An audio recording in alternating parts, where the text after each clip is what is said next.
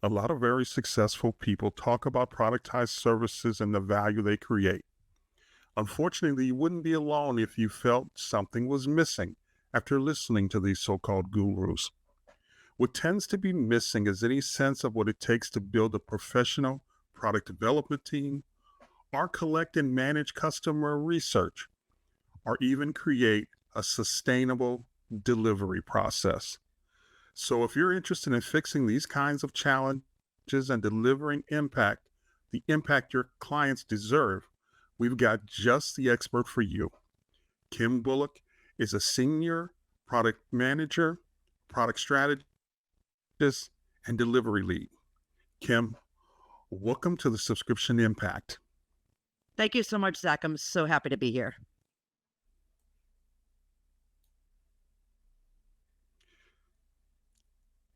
Let's start at the beginning. What is a product manager? A product manager to me is someone who can really lead, understand, and explain what their product is and does. Those are the people who are the experts. They understand the metrics, the measurements, and the customer success the product management means. These are the people who are day to day really running the product and understanding the challenges and the opportunities that that product represents for their company. Okay, for the record, is a product manager the CEO of a given product or family of products? I love that term, Zach. I wish I had used that in the past with my teams. Yes. The short answer is yes, they are the CEO of that product. They should know every in and out of that product, their challenges, their opportunities, and the strategy moving forward. They are the ones who guide their other teams. I know you're going to get to that later. They are the guide for their teams to understand everything about that product and what it means to the end user. So, how would you describe a professional product team? So these vary, right? So a professional product team will consist of between 7 and 10 people. In my experience, that's kind of the best number. They might consist of developers or what you might call software engineers. Business analysts are very critical to a product manager's team, as well as the product owner themselves. So there are variations of product teams. QA might be involved, and you might have well dispersed teams over a geographic area. But a really solid product team is a singular unit that functions only for that product by itself.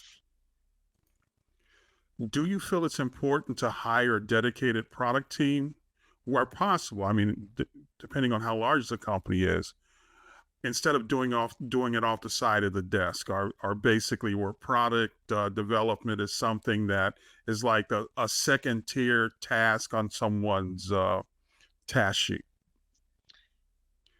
It's critical. It's critical that they are dedicated to their product. I mean, these are the people who are the experts. They're the ones who are talking to the key stakeholders, managing the backlog of what the product needs to do to develop further. It is absolutely critical. This is not a side of your desk job. It's not. It is something that everyone needs to learn and understand, and they all have to be on the same page. So a dedicated team for me is absolutely first, yeah, first come, first serve for sure. When we have people join different teams, they are not shared amongst different teams. So if that was the second part of the question, I might have answered that too early. Would you give us some tips on what we can do today to improve our product development process? My number one thing to improve the development process is to make sure that you understand the stakeholder requirements. You have to make sure that you are in touch with your stakeholders, understand the business and exactly what it is that they need. And I'll use this term again later, but understanding product development, a lot of it depends on MVP or most valuable product. I like most valuable, not the most deliverable, but the most valuable product for your end user. So product development and product management have to be hand in hand. If you have two separate groups, they need to be working together, because when you're developing new products, you really need to understand what the requirements are And I'm going to use that term requirements relatively loosely because those are what go into your backlog is what you need to deliver. Now, Kim, I've been really careful not to discuss product strategy or agile methodology. So, what is an agile methodology? So I've been trained, Ron, not to use agile methodology specifically. Agile is a framework. And in my experience in multiple companies, it's used in different ways, which is fine. You can modify agile to fit the needs of your organization. Absolutely. But a good agile team follows agile principles. So I am certified as a product owner and as a scrum master.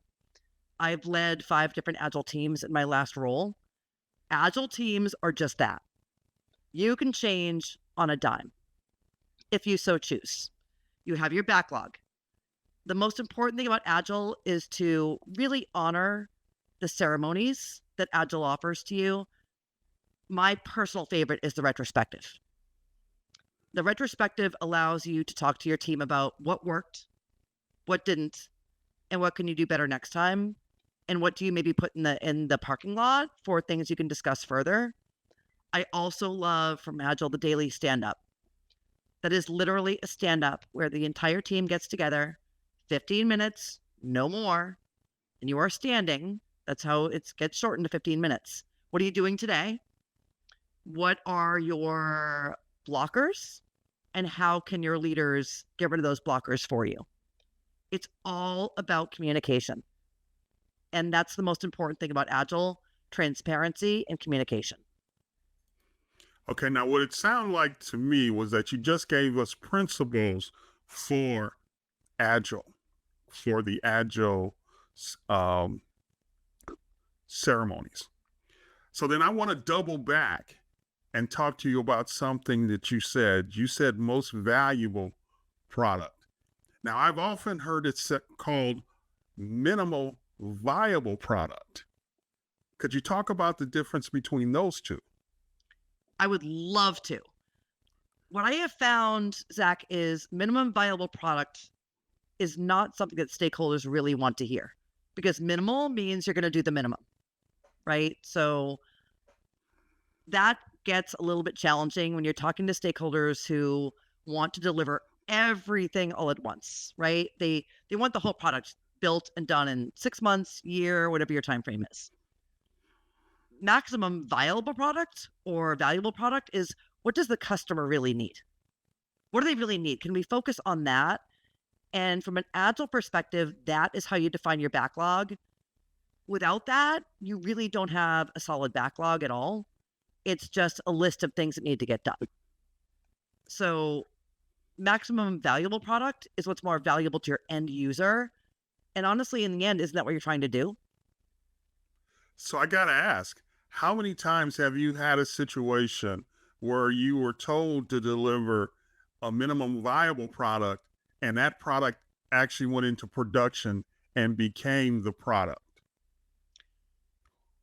So I will tell you, Zach, it's not pretty sometimes. So when you deliver minimum viable products, it is the bare bones of what that product will be eventually.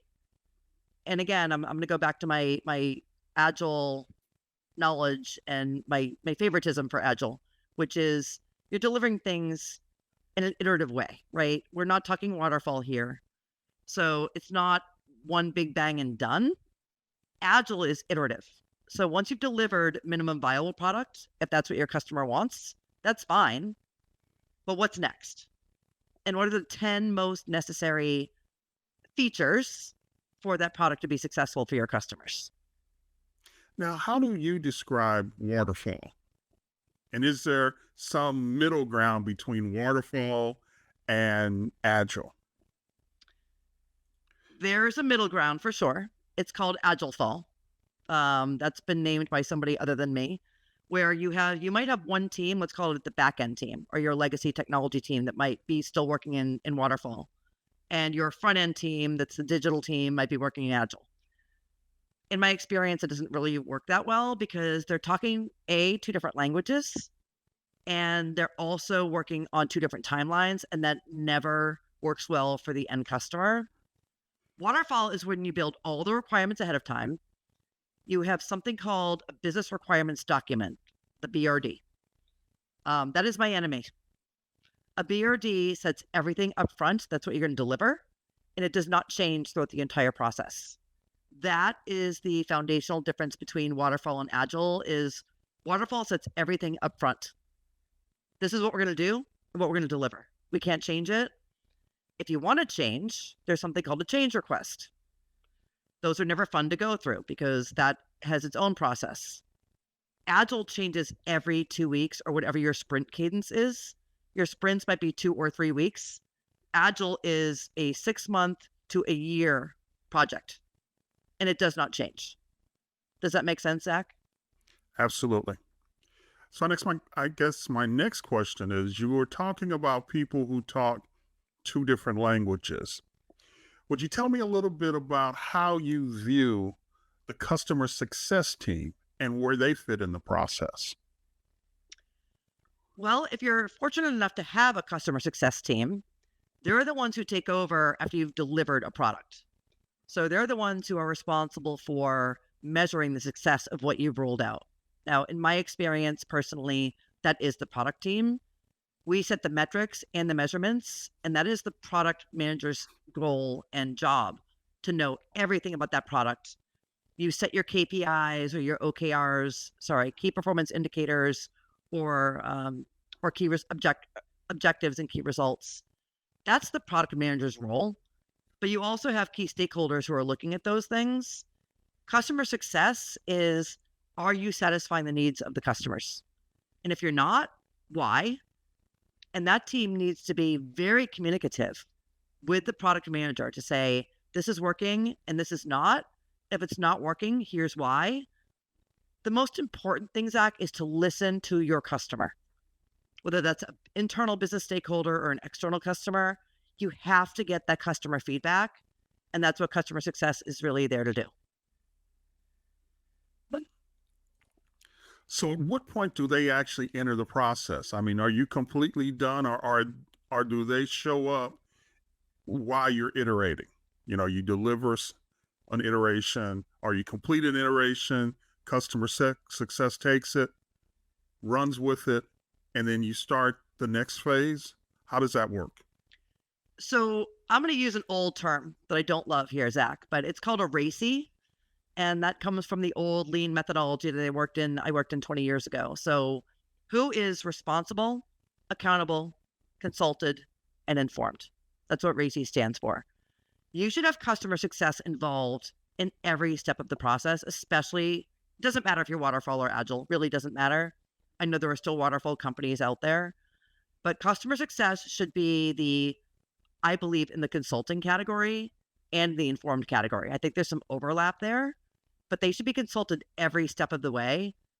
And from an agile perspective, they should be in every single sprint review that you do. A sprint review is a wonderful ceremony to showcase what you've done before you release it into production. Customer success should be in all of those.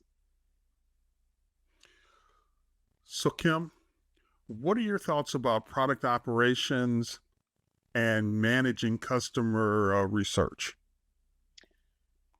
I think they're two different things, honestly, Zach. So operations, those are the ones who have to handle the day-to-day operations of the product, where things might be going wrong on the back end, or if people are getting stuck in their process trying to complete a transaction, that's where operations comes in.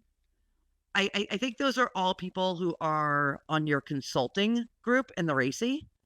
They need to be informed about every transaction and how it's happening, especially if you're delivering an MVP.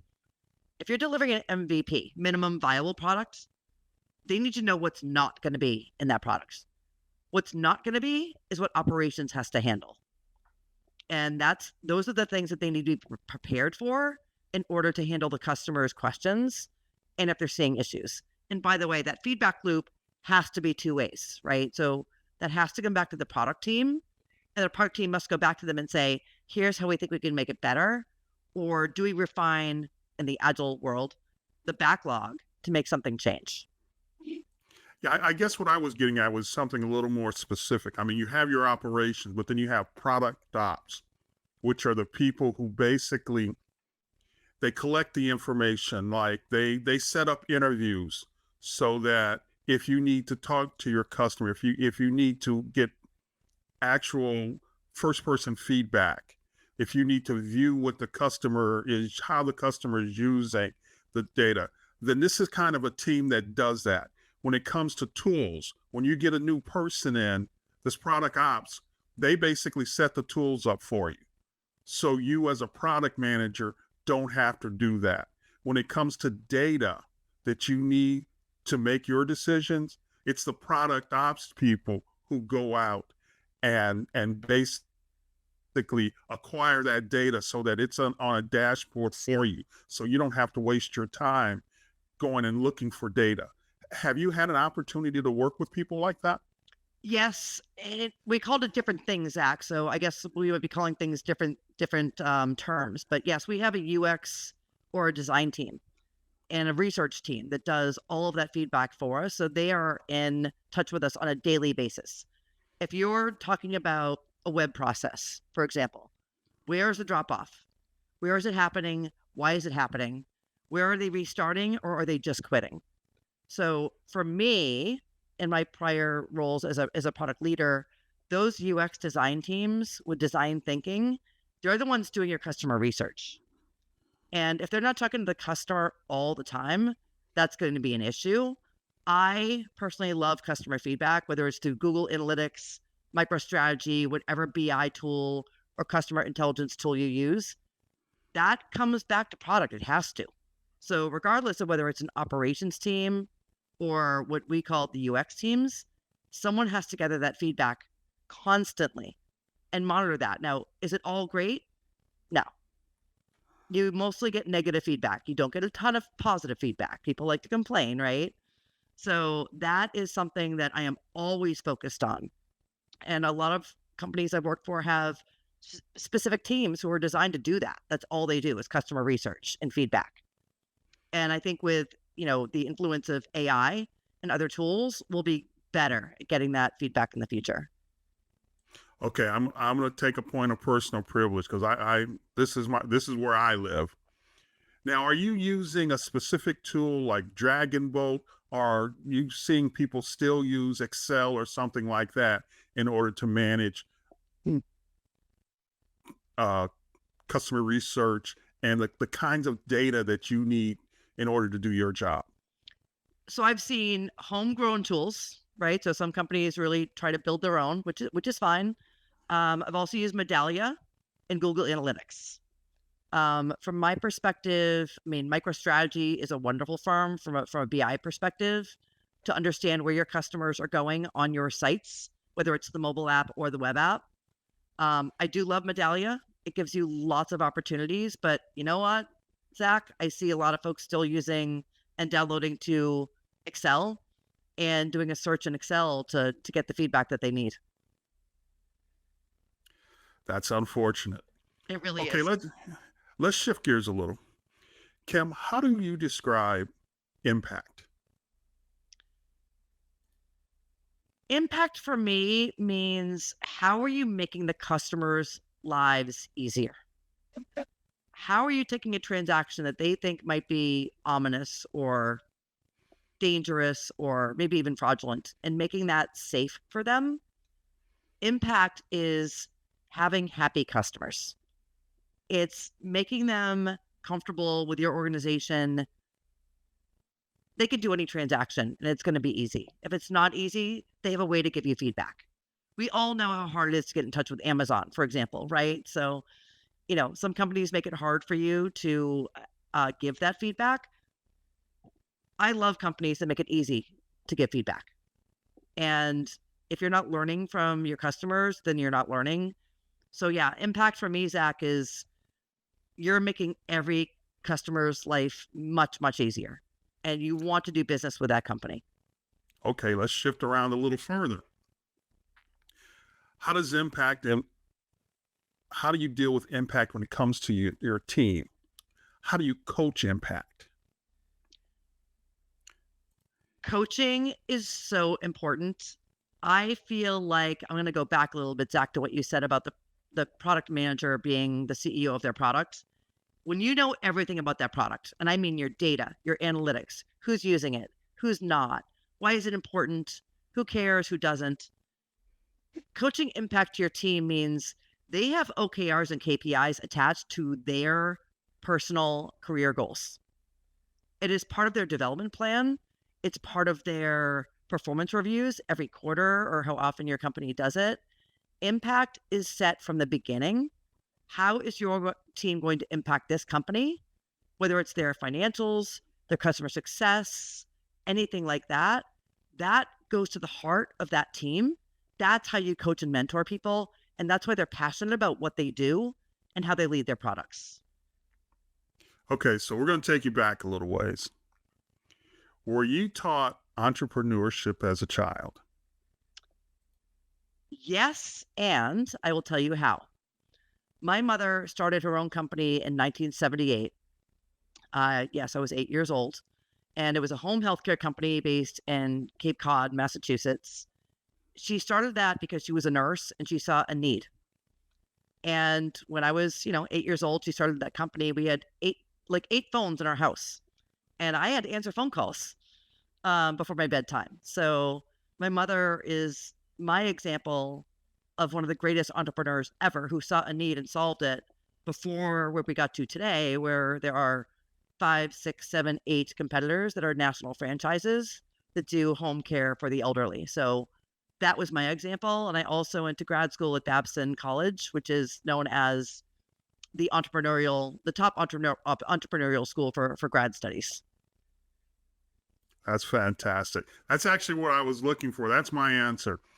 I talked to a lady she started her business when her kid was like, she was a single mother. Her kid's like 5 years old, and she starts her business.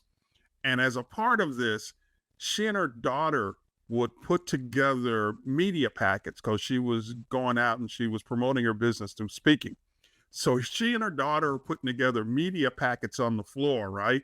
And she's like paying her $4 or $5. She's paying her a little bit of money. So that's how she earned.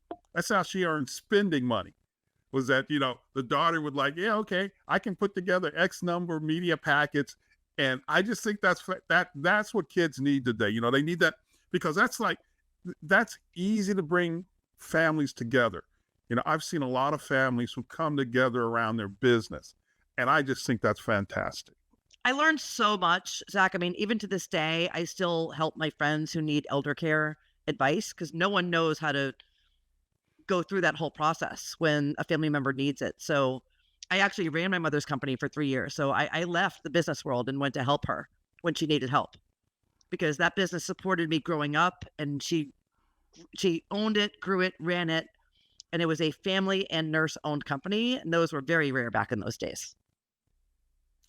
Okay, so you may not know this, but we talk about fire givers on this podcast, and you sound like a fire giver.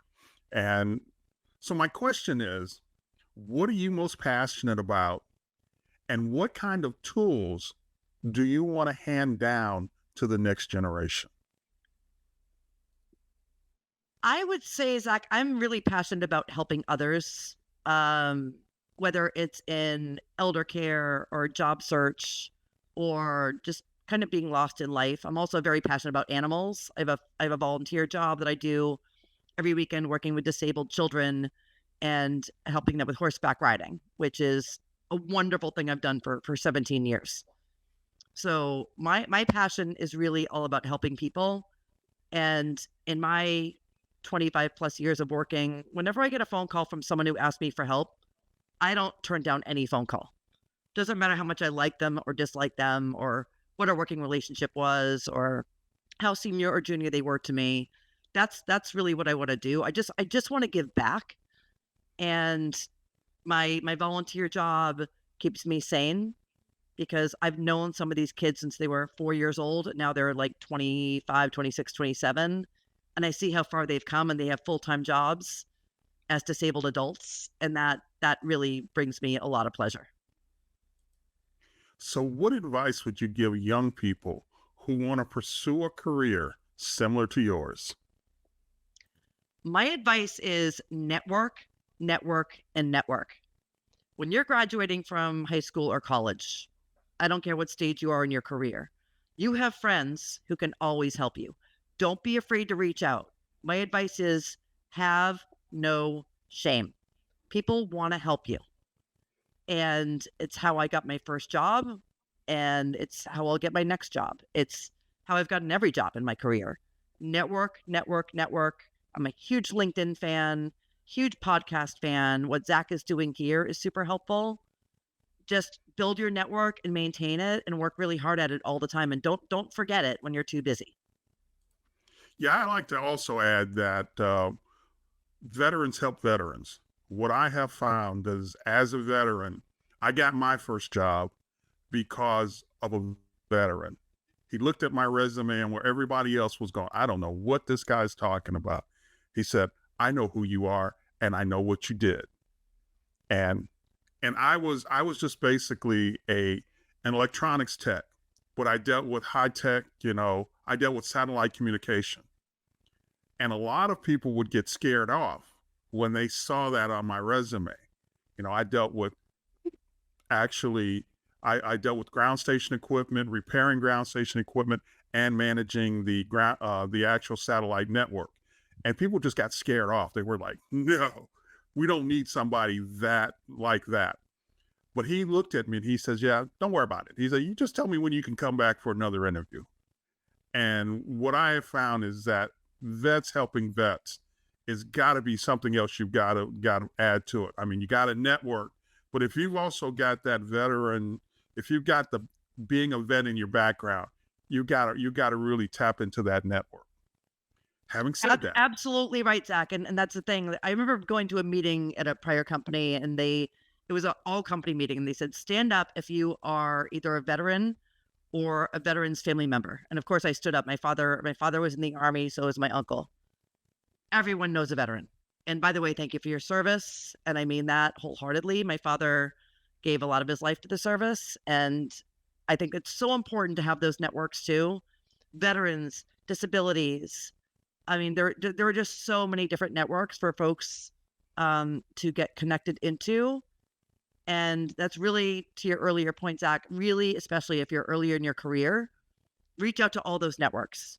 And by the way, there are lots of places to volunteer. My favorite is Wounded Warriors. so as we wrap up, Kim, is there anything you wish more people would ask you? That is such a fabulous question, Zach. I wish people would ask me more about what I care about in the culture or company I want to work for. And I do want to end on this. A lot of companies have groups called ERGs or BRGs, enterprise resource groups. In my last firm, I was a member of all eight. Being a member of those was just so helpful, and no one really ever asked about my passion for diversity, equity, and inclusion, and I wish they would. Some companies do, most don't. That's the one thing I wish people would ask me about, because I am very passionate about going to work for companies who really do put a lot of faith and effort into their DEI activities. Yeah, I guess what I find is that most people don't understand where that came from, where that rationale for educating people came from. Because I remember back in the day, in the early 90s, I mean, pre-internet, I got my master's degree in international business. And one of the things I found in talking to the international business community is that people, executives, employees, they didn't understand the need to meet the client where they lived. It didn't occur to them that people had different cultures, and that if you wanted to sell to them, uh, you have to meet them where they live. Um, Classic example: back in the 80s, 90s, we wanted to sell American refrigerator companies wanted to sell into Japan. They say, hey, we got good products. We can sell into Japan. That's great. So They boxed up a bunch of their refrigerators and they sent them off to Japan, and they sat on the docks. I was like, what's the problem? We got the best refrigerators in the world. And they say, yeah, but they're too big. They won't fit in our apartments. I mean, that's what diversity and inclusion means to me, is to understand who are you doing business with. And you got to be willing. I mean, money's green everywhere. And you got to be willing to deal with people everywhere, no matter how they present themselves. Because we had an opportunity after World War II to lead the world, because we had the only factories that were working. But our leaders, our business leaders, said that's too hard. We don't want to translate our manuals into other languages. We don't want to make smaller cars.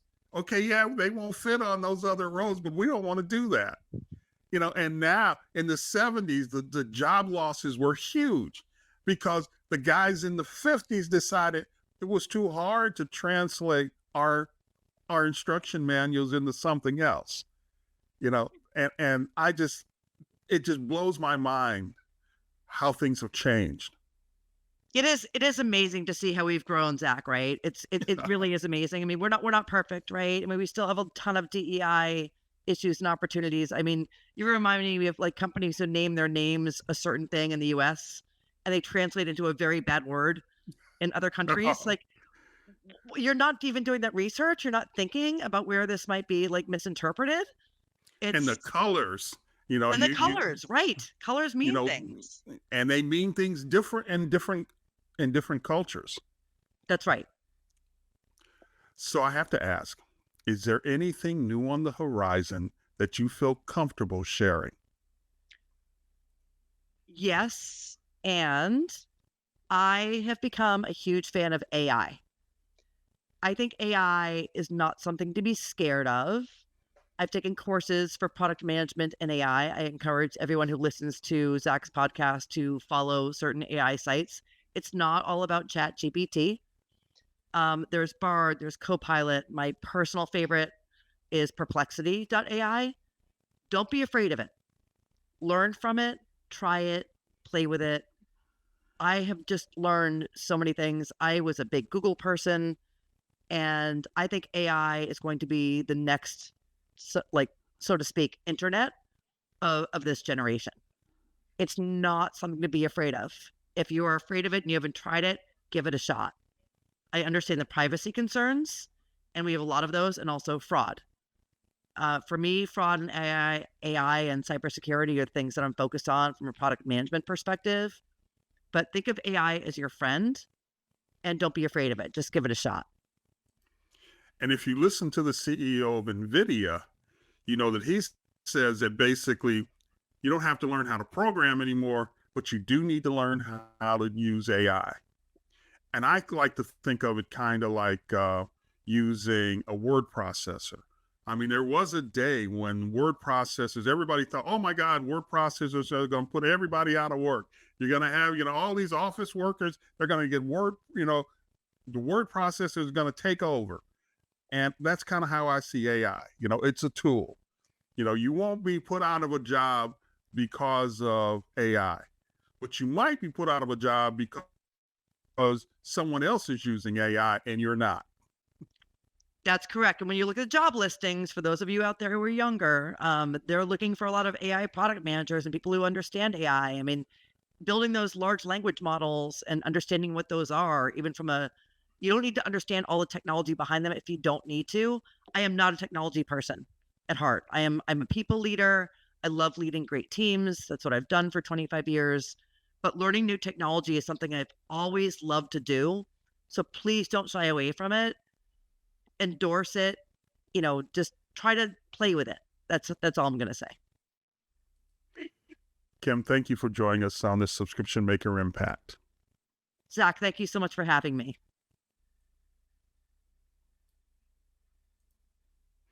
Before we wrap, too many people work way too hard and earn too little from their businesses. You don't have to be one of them. And that's a wrap.